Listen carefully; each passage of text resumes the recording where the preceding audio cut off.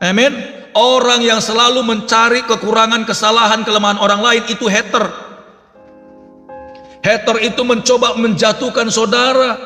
Saudara lagi baik dipakai Tuhan, ditarik jatuh ke bawah.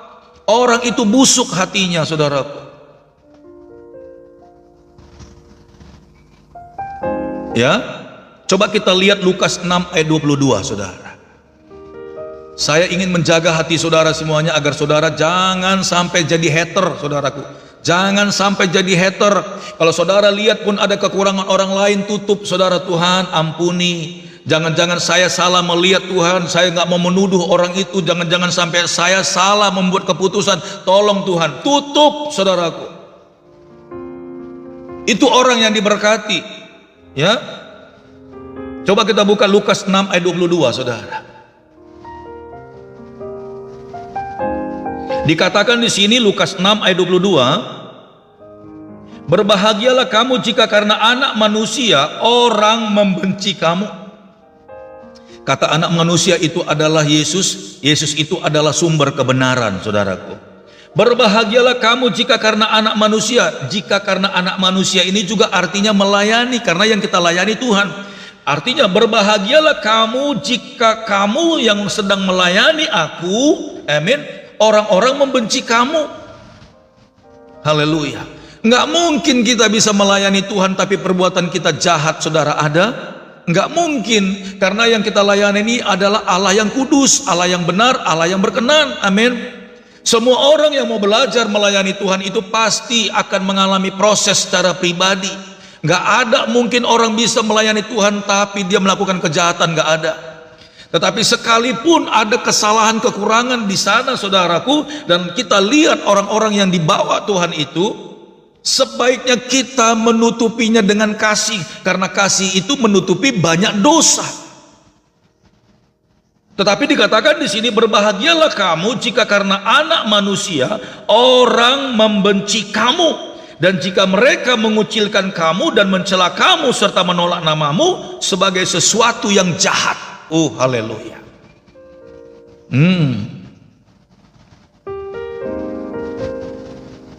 Haleluya. Ini hater-hater, saudara. Ya, sekali lagi saya ulang, Yesus pun ternyata banyak haternya. Semua orang yang mengikut Yesus pasti juga banyak haternya. Makanya kemarin sempat saya singgung, saudara, hamba-hamba Tuhan yang diperkenankan Tuhan untuk melakukan pelayanan-pelayanan kesembuhan, pelepasan, saudara, itu pun tidak luput dari hater-hater. Saya mau bilang para hater itu sebenarnya orang sirik tanda tak mampu.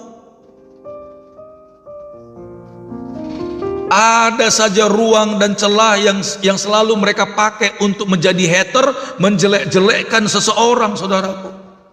Jauhi orang itu, please. Jauhi orang itu, ya.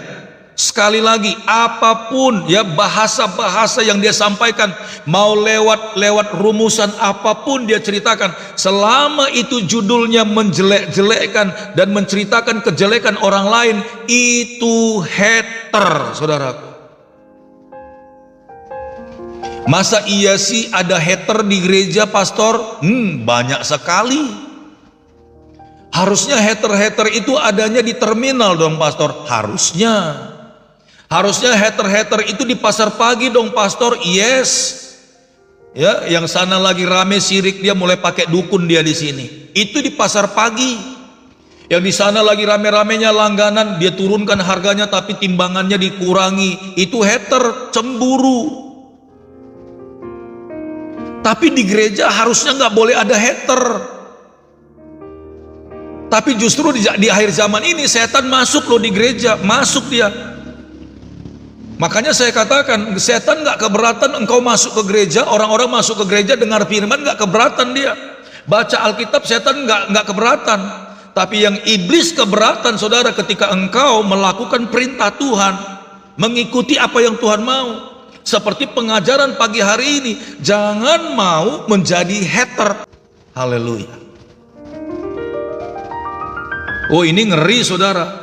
Untuk menghancurkan satu pelayanan hamba Tuhan cukup aja hater ada 3, hancur loh hamba Tuhan itu. Serius. Virus hater ini sangat berbahaya. Bahkan hater-hater ini menjadi influencer lagi, saudaraku. Influencer bisa lo mengumpulkan banyak orang untuk menjadi hater-hater berikutnya. Benar-benar virus.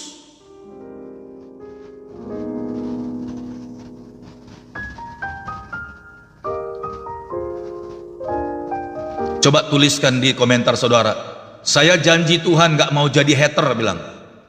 Coba tulis, saya berjanji Tuhan saya gak mau jadi hater. Serius ini saudaraku. Karena kadang-kadang kita gak sadar kita juga sudah terpengaruh dan sudah kena virus hater ini. Saya janji Tuhan, tolak hater. Cia, precious saudara. Amin. Ya, karena ini sensitif sekali saudara, ketika ada seseorang yang begitu meyakinkan, apalagi dia punya jubah ya, penatua, majelis, apapun itu, evangelis, apapun itu, ketika dia mulai bercerita kepadamu, langsung engkau buka hati dan mendengarkan dia. Hati-hati, virus itu kayak kanker saudara, masuk, saudara nggak bisa lepas. Saudara sampai jerit-jerit sama Tuhan, Tuhan ampuni saya sempat mendengar terpengaruh dengan omongan orang itu, Tuhan saya ampuni saya. Itu virus masuk saudara.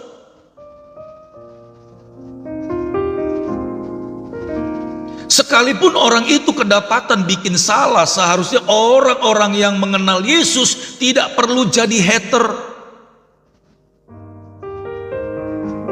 Amen. Ini berbahaya saudara. Ya, iblis itu punya antek-antek banyak di gereja, di pelayanan saudara.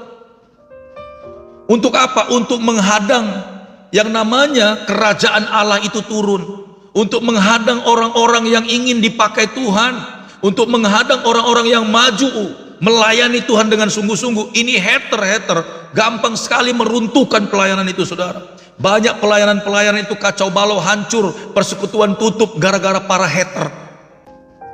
Yang paling sedih lagi, para gembala-gembala senior, imam-imam kepala, ahli-ahli Taurat juga menjadi pelaku utamanya hater-hater, pemecah belah.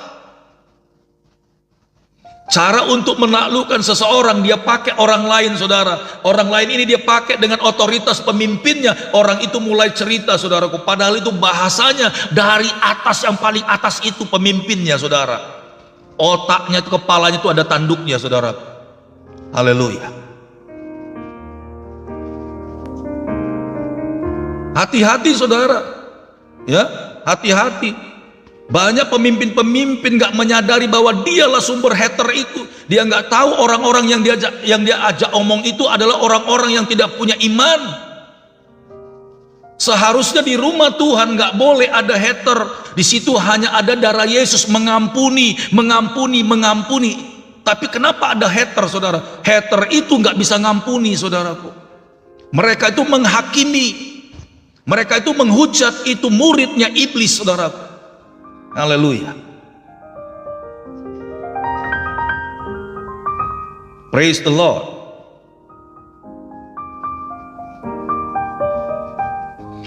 Kita baca Yohanes 7 ayat 7. Yohanes 7 ayat 7.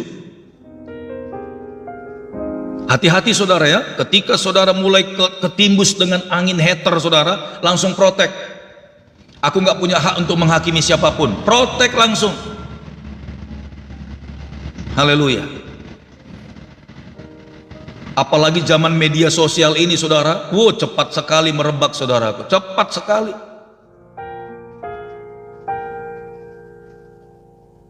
Yohanes 7 ayat 7. Dunia tidak dapat membenci kamu, tetapi ia membenci aku, sebab aku bersaksi tentang dia bahwa pekerjaan-pekerjaannya jahat. Ngeri banget saudaraku. Ya, haleluya. Ketika kita benar-benar declare, kita memberitakan Injil kerajaan Allah di dalam dunia ini, iblis ketar-ketir. Makanya dia coba memblok pelayanan-pelayanan anak Tuhan. Orang-orang yang melayani dengan karunia mujizat dibilang sesat, itu bukan dari Tuhan, tidak ada caranya di Alkitab seperti itu. Hater-hater bunyi di atas. Mana ada bahasa roh seperti yang disampaikan oleh siapa itu namanya yang suka live di TikTok pagi-pagi, siapa itu yang pakai bahasa roh, yang angkat air putih, siapa itu?